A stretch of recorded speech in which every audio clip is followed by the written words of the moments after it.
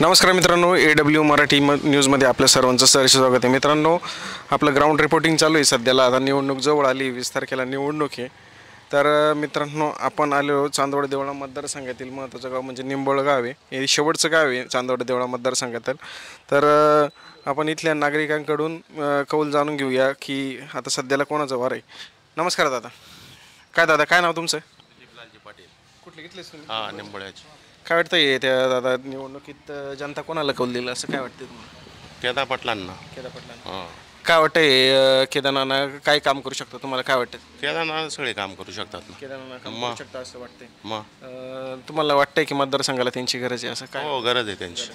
अजून त्यांचे बंधू सुद्धा उभे राहुलदादा आयर असतील किंवा शिरीष भाऊ कोतवाल असतील महाविकास आघाडीकडनं, तसंच प्रहार जनशक्तीकडनं गणेश निंबाळकर असतील. काय वाटतं तुम्हाला?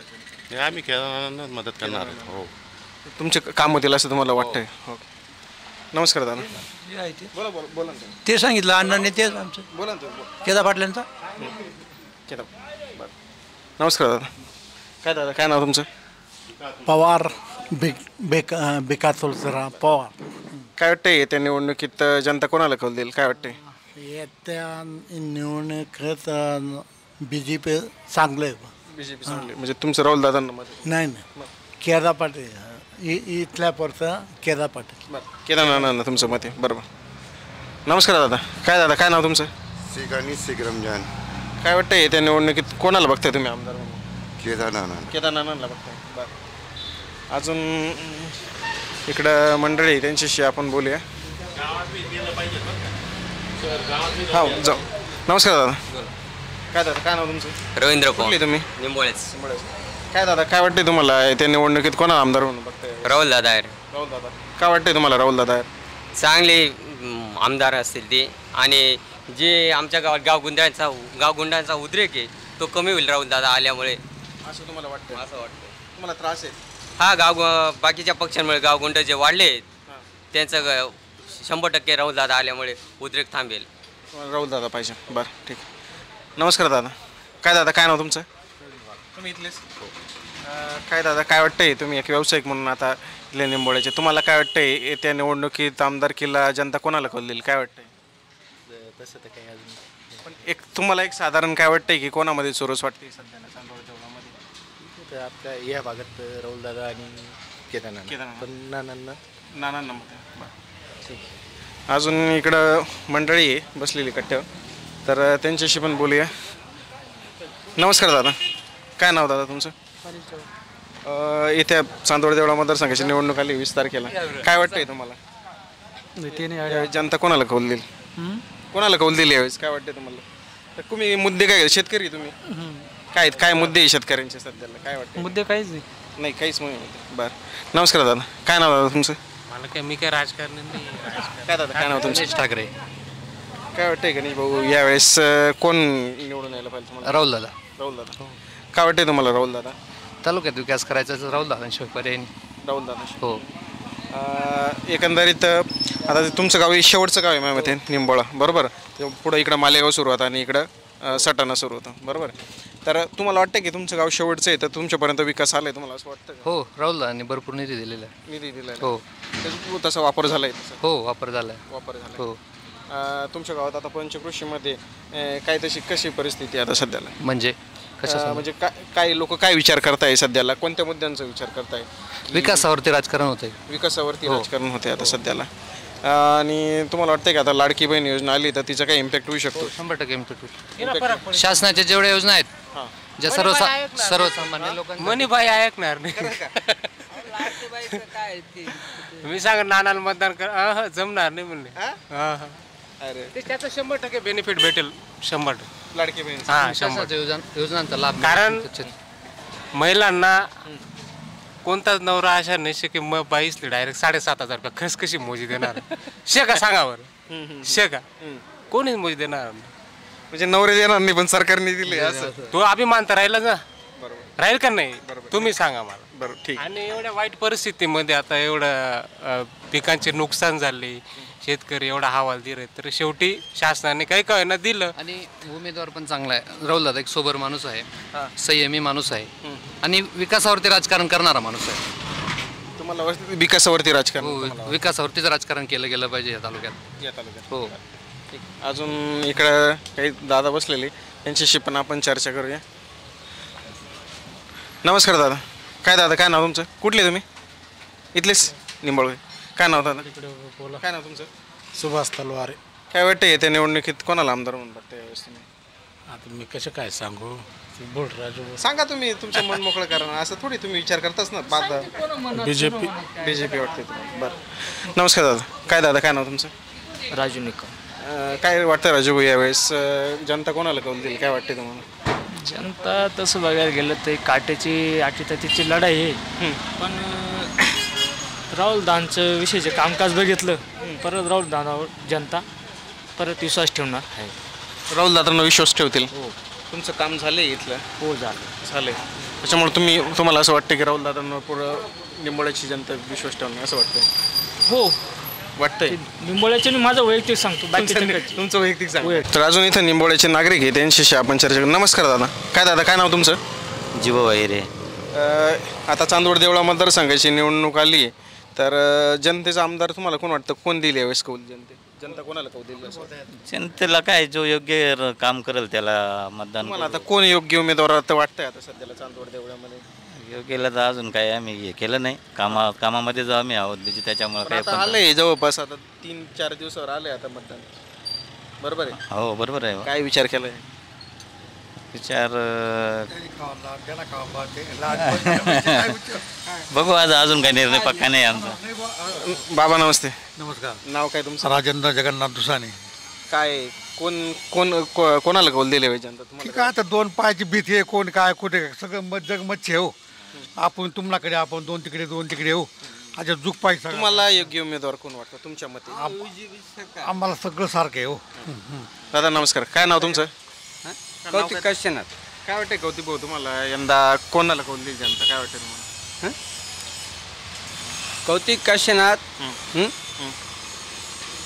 आपला दादा ना दादा 2 नंबर पहिलेपासून दोन टाइम निवडलेले. कोण? आपला राहुल दादा. हां राहुल दा आता निवडून दिल्या की. बरं निवडून द्या ना तुम्ही. बरं नमस्कार दादा. काय नाव तुमचं? दादाजी आहे रे. दादाजी आहे रे. तुम्ही इथलेच निंबोळ्याचे? ना काय वाटतं येत्या निवडणुकीत आमदारकीमध्ये कोणाला कौल देईल जनता यावेळेस तुम्हाला काय वाटतं? ते नाही सांगता येतो. सांगता येत नाही पण तुम्ही विचार केला असेल ना घरात तुमचे विचार चालू असेल? नाही का? आता बायको ऐकत नाही नवऱ्याचं तर काय राहिलं. काय बायको काय म्हणते? काय म्हणतच नाही. तिचं मतदान तिच्याकडेच राहील ना आपल्याकडे राहील का? ते लाडकी बहीणचा काय विषय आहे का? ते काही नाही. ठीक. कोण ऐकत. नमस्कार दादा. काय नाव तुमचं? समाधान भाऊ सावंत. काय वाटतं येत्या निवडणुकीत कोणाकडे आमदार म्हणून बघताय तुम्ही यावेळेस? केदारनाथ व्हायला पाहिजे. केदारनाथ व्हायला पाहिजे. काय वाटतं तुम्हाला केदारनाथ व्हायला पाहिजे?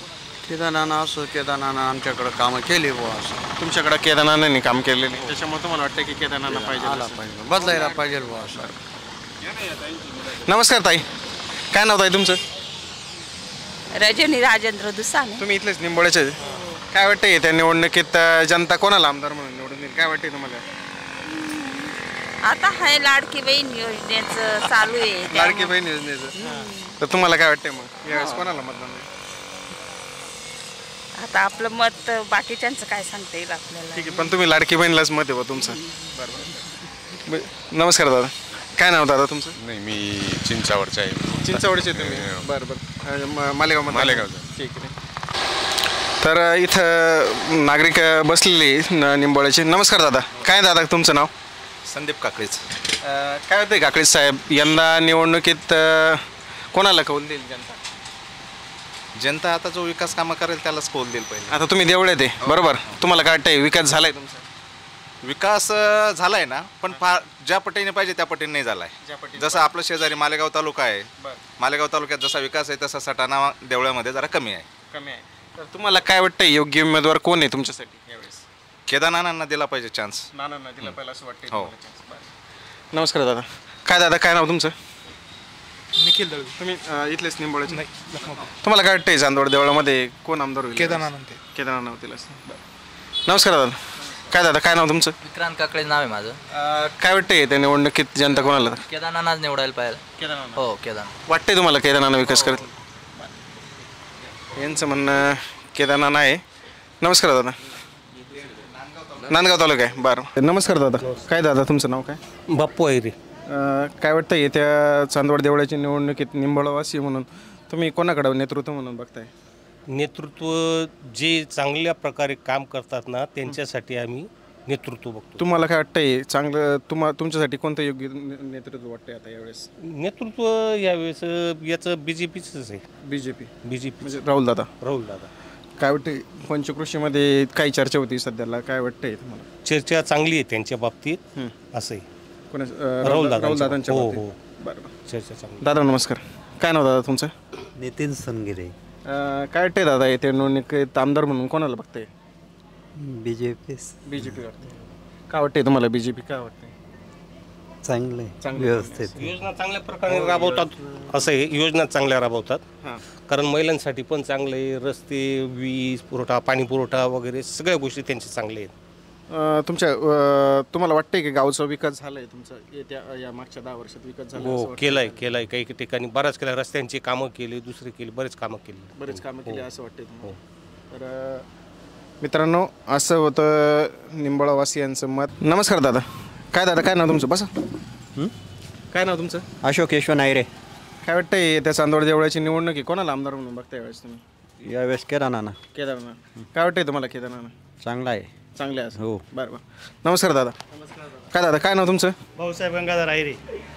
हे दादा आहे यांचं पंचरचं दुकान आहे इथं निंबाळा रोडला. तर दादा काय वाटतंय तुम्हाला येत्या निवडणुकीत? निवडणुकीसाठी आम्हाला केदारनाथ आयरच. केदारनाथ. काय वाटतंय केदारनाथ? केदारनाथ धराडीचे नेते काम करण्यासाठी त्यांचं चांगला सहकार्य आहे त्यांचं. आमच्या निंबाळा गावासाठी कोणतंही छोटं मोठं काम घेऊन गेलं त्याला नाना करून देता. आमच्या इथं पांदीचे कामं काही असं कोणतंही छोटं मोठं काम असलं तर करून देता नाना करून देता असं तुमचं काम. बरं अजून इकडे दादा बसले. दादा नमस्ते. काय नाव दादा तुमचं? केवळ सकाराम आहे रे. कुठले इथे निंबोळ्याचे तुम्ही? माल फाटण्याचे. काय वाटतंय त्या निवडणुकीत चांदवड देवळा मतदारसंघात काय होईल वाटतं? काय वाटतंय तुम्हाला जनता कोणाला करून देईल? जनताचं नाही सांगता येत पण माझं मी स्वतः सांगतो केदारनाथ आला पाहिजे. केदारनाथ आले पाहिजे असं वाटतं. काय वाटतं तुम्हाला केदारनाथ आले पाहिजे? केदारनाथ म्हणजे आमच्या घरातला माणूस वाटतो आम्हाला. घरातले माणसं वाटतं तुम्हाला असं?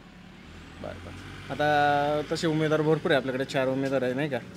आता त्यांची आमची एवढी ओळख नसल्यामुळे तुमचे संबंध ज्यांच्याशी त्यांच्याशी म्हणजे ते आमच्या घरातलेच माणसं आहे. ओके घरातले. ठीक आहे. तर ही होती दादांची प्रतिक्रिया. तर मित्रांनो हे होतं निंबोळा नगरातील नगरवासियांचं मत. प्रत्येकाचं मत वेगळं आहे मित्रांनो. तर तुम्हाला जर हा व्हिडिओ आवडला असेल, आपला ग्राउंड रिपोर्ट आवडला असेल तर तुम्ही आमच्या व्हिडिओला नक्की लाईक करा, शेअर करा आणि जास्तीत जास्त तुमच्या नातेवाईकांपर्यंत हा व्हिडिओ पोचवा जेणेकरून सर्वांना माहीत होईल की ग्राउंड रिपोर्ट सध्याला काय चाललं आहे. आणि तुमच्या बहुमूल्य कमेंट आमच्या कमेंट बॉक्समध्ये लिहायला विसरू नका. धन्यवाद.